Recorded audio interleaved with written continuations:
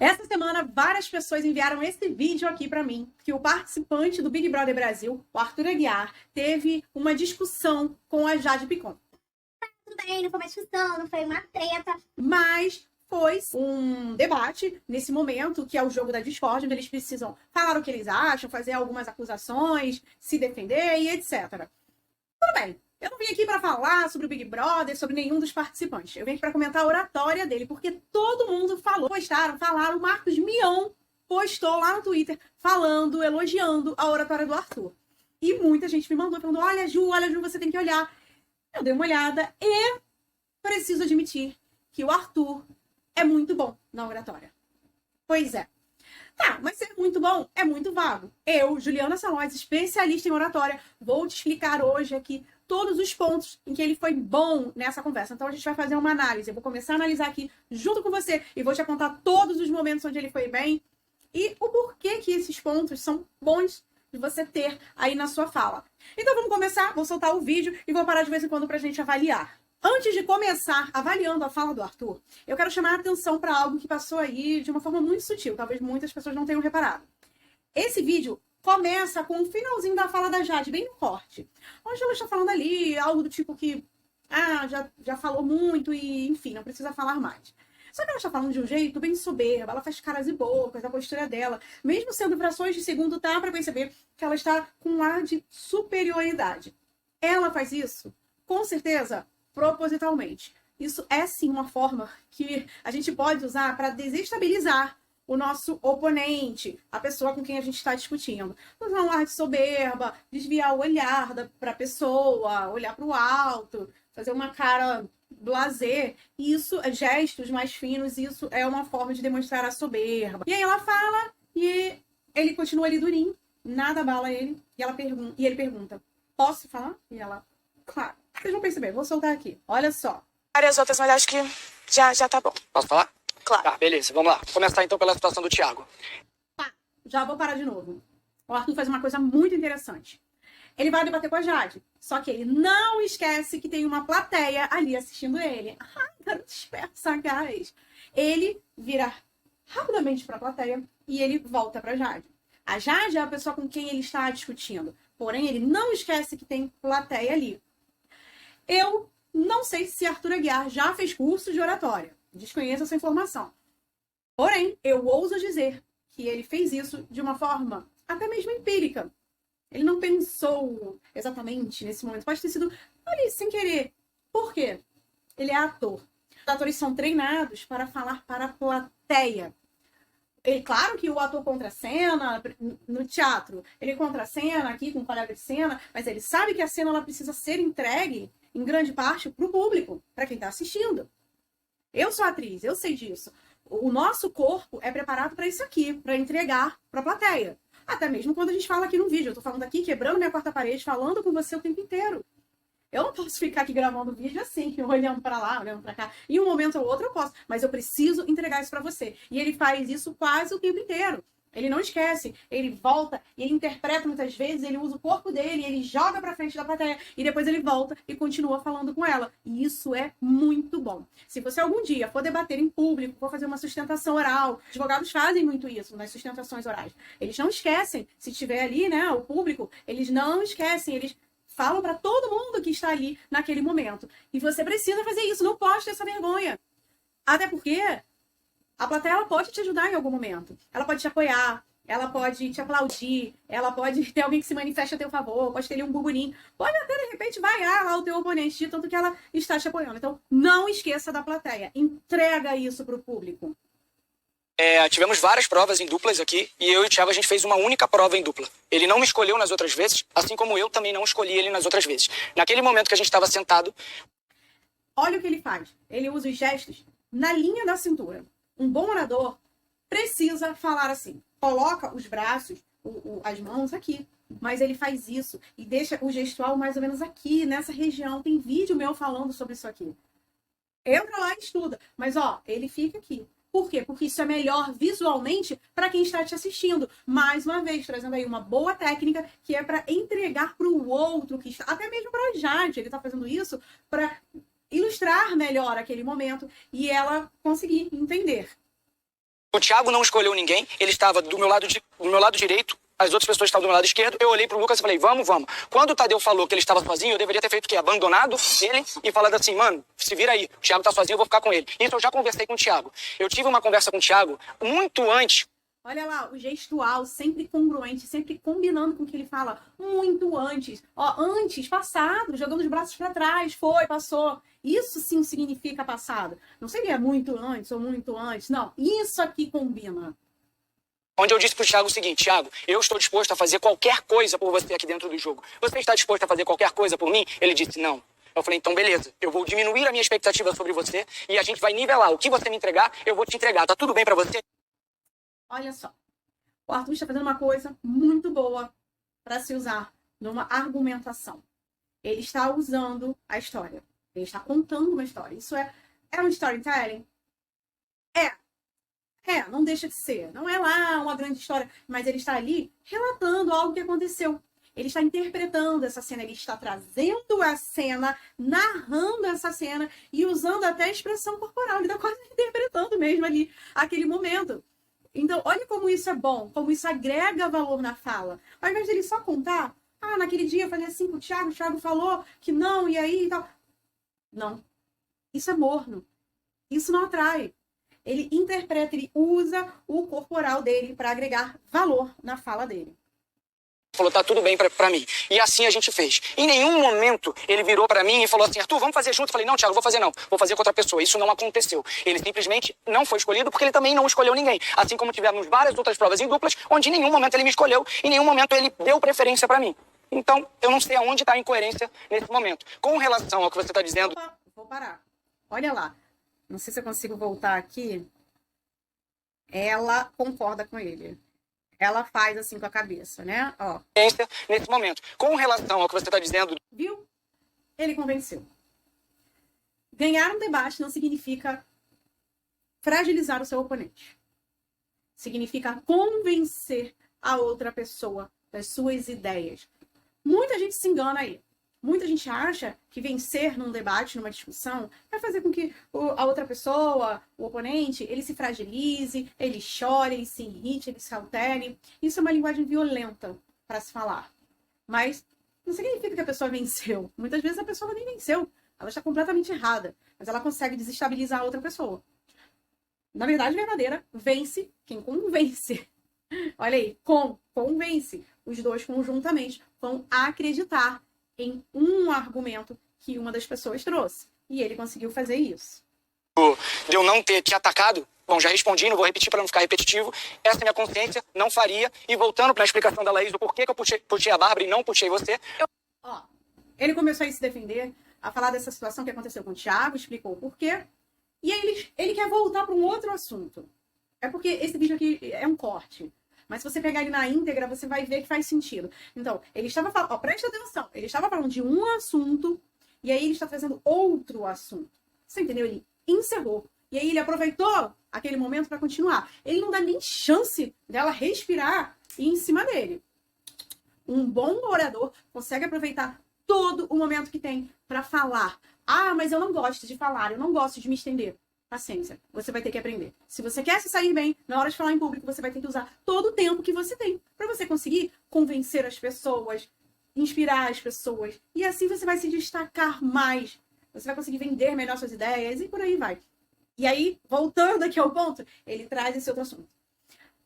Isso é uma das coisas mais difíceis de se fazer em uma argumentação, em um momento de fala para as outras pessoas. Falando em público. Porque ele está trabalhando ali a linha de raciocínio dele.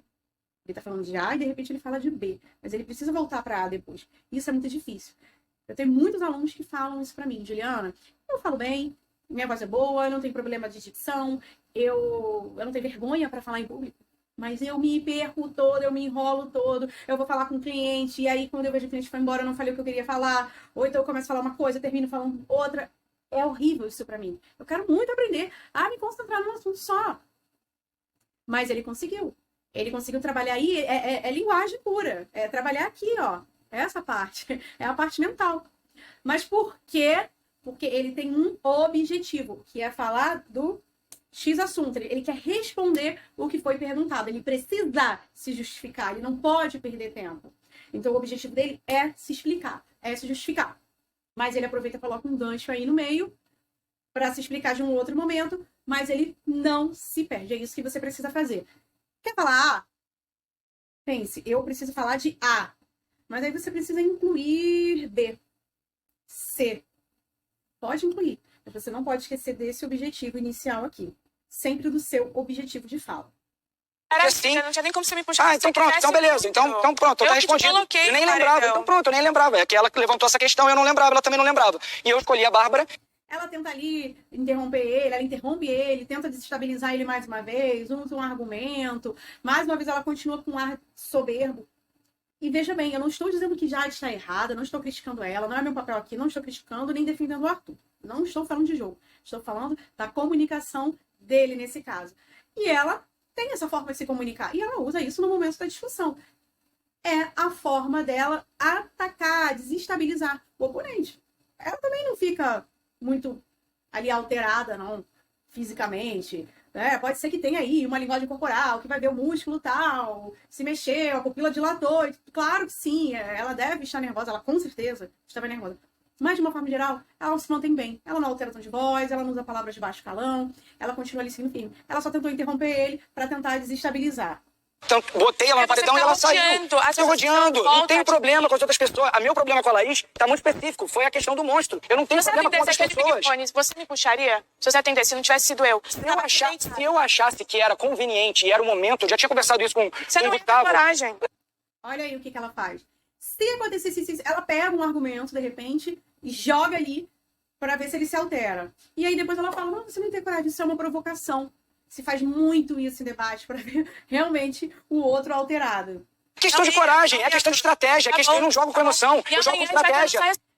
Ele tá emocionado. Tá, olha ali. A veia do pescoço tá pulando, as veias estão pulando. Ele tá avançando o corpo pra frente, ele tá quase que aqui assim, suplicando. Pelo amor de Deus, o corpo dele tá falando isso. Você não entendeu? Não é isso. Ele até falou, eu jogo com racional, eu não jogo com emoção. Como se fosse filha, entende o que está acontecendo aqui, né? Vamos lá. Mas ele não se desestabiliza de uma forma em geral nessa fala. Ele consegue sim manter, ele vai ali, se altera um pouco, daqui a pouco ele volta e mantém a resiliência dele. Isso é muito importante quando a gente vai para um momento de argumentação sob pressão. As veias dilatando ali é porque ele tá nervoso, a adrenalina, o hormônio da adrenalina está ali circulando no corpo dele. Isso faz com que os nossos vasos sanguíneos se dilatem mais, o sangue circular rápido, porque é um momento de estresse. E a gente acaba falando e tensionando essa região aqui, quando a gente está nervoso, a região cervical, o pescoço, onde fica a laringe, onde ficam as cordas vocais. Então a gente fala e às vezes a voz está até estrangulada. Em muitos momentos de raiva isso acontece. E isso tá começando a acontecer com ele nesse momento. Então pronto, pô. Então por que você tá ansiosa? Vamos esperar amanhã. Não tô ansiosa. Tá tudo certo, pô. Tá tudo Eu tô maravilhoso. tranquilo. Você já tá mais perto da porta, tem que sair daí. Não tem problema, Pode deixa ir. você as damas primeiro. Tá bom, tudo certo. tá bom. Agora, só fazendo um parênteses, inclusive, o seu discurso ontem foi super apelativo. Ele também falou, tá fazendo... É só isso, eu acabei. Eu tenho mais alguma coisa pra falar? Pronto. Ok. Ah, se você quiser continuar, a vez como assessor. Então, por favor. Bom, já que a gente tá falando sobre incoerência, a gente começou... Vou começar bem do início. Você disse que eu me aproximei de você, quer dizer, que eu me afastei... Deixa eu chamar a atenção para uma coisa. Olha bem essa cena. Ele deu uma certa pendulada, o corpo dele tá até um pouco para trás, porque ele começou a se expressar ali. Ela tá paradinha ali, plena, linda com esse vestido, com esse delineador maravilhoso. E ele deu uma pendulada. Em oratória, a gente não recomenda que a pessoa, o orador, ele pendule, ele faça isso aqui com o corpo. Quando a pessoa for falar em público. E também quando for falar para as câmeras, porque senão a câmera fica doidinha, porque ela não sabe qual é o foco, onde a pessoa está, e ela fica trocando de foco o tempo inteiro, e a imagem fica um bagaço, e você estraga o vídeo se você ficar fazendo isso. Mas voltando ali, ele está falando ao vivo, sob pressão, de improviso, está nervoso. É quase impossível controlar o corpo inteiro.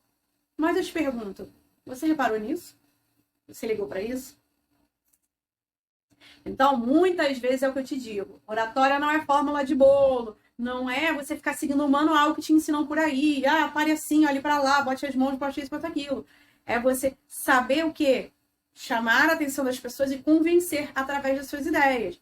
E ele conseguiu equilibrar ali. Pendulou um pouco, pendulou. Mas ele conseguiu, sim, cumprir com louvor e prender a atenção das pessoas. A partir do momento que você não tinha nada pra me entregar, ou seja, não poderia me dar nada. Talvez você não lembre que o momento que eu me aproximei de você, você não tinha nada pra me entregar. Absolutamente nada. Eu me aproximei de você no dia que você deu uma resposta pro Tadeu no ao vivo, falando o quanto era difícil a gente chegar depois e você se denominou Blade. Foi naquele dia que, quando acabou o ao vivo, eu cheguei aqui fora e falei pra você, cara, achei incrível o que você falou. Era exatamente o que eu queria falar, eu não sabia as palavras certas, fiquei com medo de me colocar como vítima e eu achei que você foi certeira na sua colocação. E ali a gente começou a trocar ideia, aos poucos, começamos a falar de jogo, começamos a nos aproximar. Naquele momento, você tinha nada pra me oferecer, zero pra me oferecer. Quando você foi pra prova do líder, e depois você vai ter a oportunidade de assistir, eu fiquei no gramado aqui com o Thiago, torcendo por você. Se eu quisesse me desse um anjo, eu ia ficar, pô, tomara que a Jade não ganhe, tomara que a Jade não ganhe, ela tem que me dar um anjo. Você não tem que me dar nada, eu não te forcei nada, a gente tava trocando uma ideia e você disse que você daria um anjo pra mim. Em nenhum momento eu cheguei pra você e falei, você por favor me dá um anjo.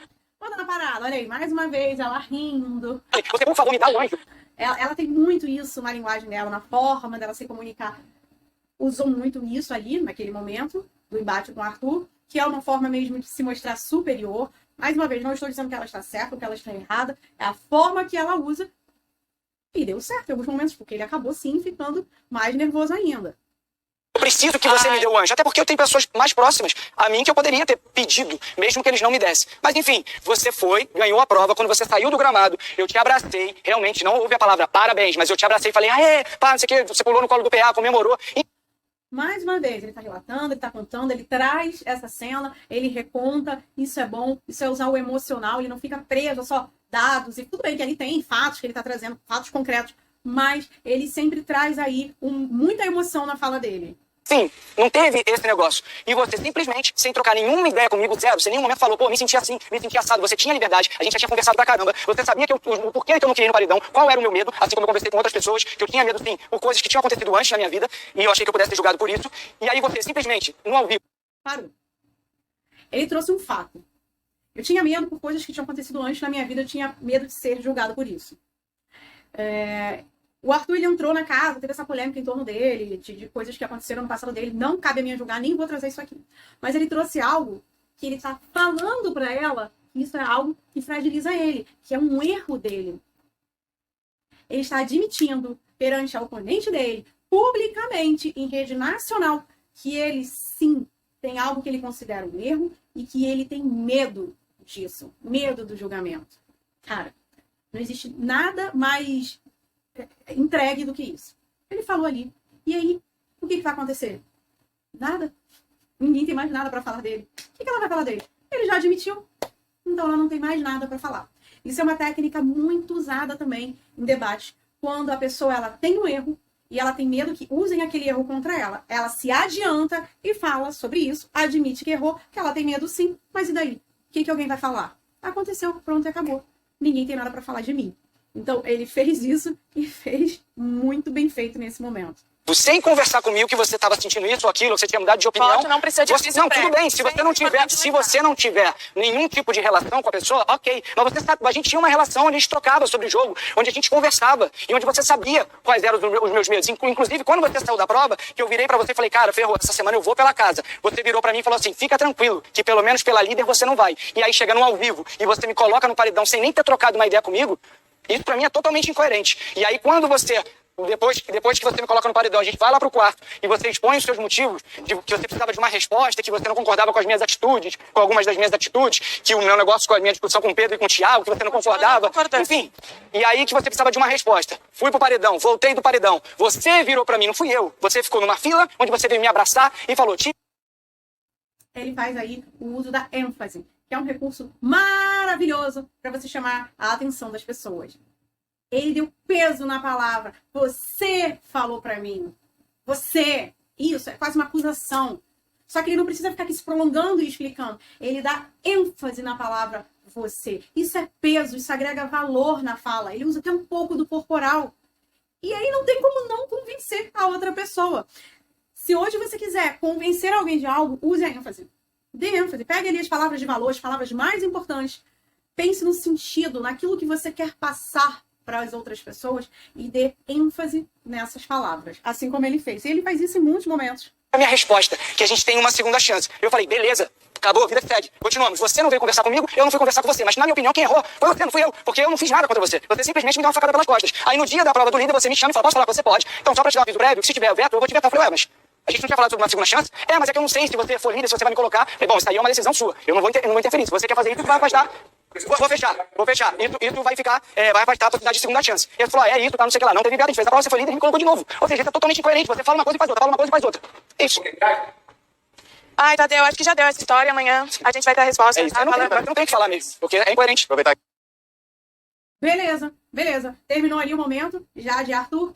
Ele saiu um pouco estressado, falou ali, você não tem o que falar mesmo. Mas ele, em nenhum momento, ele se alterou ao ponto de gritar, falar alto, de ofender a Jade, de usar um gestual agressivo, de deixar aqui o rosto agressivo pra cima. Ele não fez isso, ele não tentou aprontar com uma forma violenta. Ele não fez. Ele se manteve ali, claro, ele é um ser humano, ele vai ficar nervoso, mas ele manteve muito bem o gestual não verbal dele. Por que o Arthur se saiu tão bem falando assim? Arthur é ator. Ele é treinado para falar para o público sem vergonha. O ator não pode ter vergonha na hora que vai falar, principalmente no teatro, que tem a plateia, tudo é feito ao vivo. Mas também nas gravações de filmes e novela, tem ali a cena, mas tem toda uma equipe de técnicos ali te assistindo, então o ator não pode ter vergonha, até porque ele vai ser assistido depois pelo público, ele vai receber críticas, então ele não pode ter vergonha, ele precisa falar e falar muito bem. Por isso que nós, atores, porque eu sou atriz também, a gente prepara bem o corpo, a voz, a projeção vocal, a dicção, a gente precisa estar bem preparado. Porém, eu chamo atenção para uma coisa. Ali, ele não está interpretando um papel.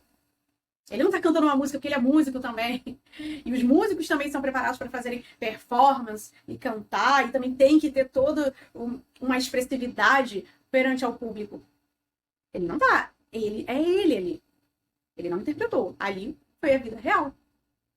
E ali, sim, teve emoção. E ele precisava argumentar, explicar, falar de improviso e sob pressão, com o oponente, com a plateia e com milhares e milhares de espectadores assistindo. Gostou dessa análise? Entendeu o que você precisa fazer para você falar bem? Conseguiu pescar aí os momentos que o Arthur falou bem? Até os momentos que a Jade também falou e que eu comentei aqui? Viu o que você deve fazer e o que você deve tirar também da sua comunicação na hora de debater e na hora de falar em público? Se você não tem dúvida, comenta aqui. Eu preciso saber, preciso entender que esse conteúdo aqui tem valor para você, porque aí eu vou produzir cada vez mais. E se você também quiser saber outra análise de outro caso, ou do Big Brother, ou de qualquer outro momento, comenta aqui. E também comenta lá no meu Instagram, @JulianaSalóis. Vai lá e coloca hashtag #VimDoYouTube. Comenta lá e fala o que você quer que eu fale aqui para você. Agora, se você ainda não me segue no Instagram, vai lá, começa a me seguir, interage comigo. Você vai ver muita dica de oratória, comunicação e fonoaudiologia para ajudar a você se destacar, você falar bem, você conquistar todas as suas oportunidades. Você também vai conhecer um pouquinho mais de mim, da minha vida pessoal, do meu filhão Theo, as coisas que eu coloco lá também no meu dia a dia. Afinal de contas, eu não sou só oratória, eu também sou uma pessoa, sou um ser humano aí, igual o Arthur e Jade, na vida real. Você não sabe onde eu não sou eu ali, falando bem pra caraca na hora de me defender. Agora compartilha esse vídeo também, faz com que todo mundo veja, aquele teu amigo que adora Big Brother, que adora essas tretas aí, compartilha com ele, se inscreve nesse canal, faz tudo isso que a gente pede pra vocês fazerem e um abraço e até o próximo vídeo.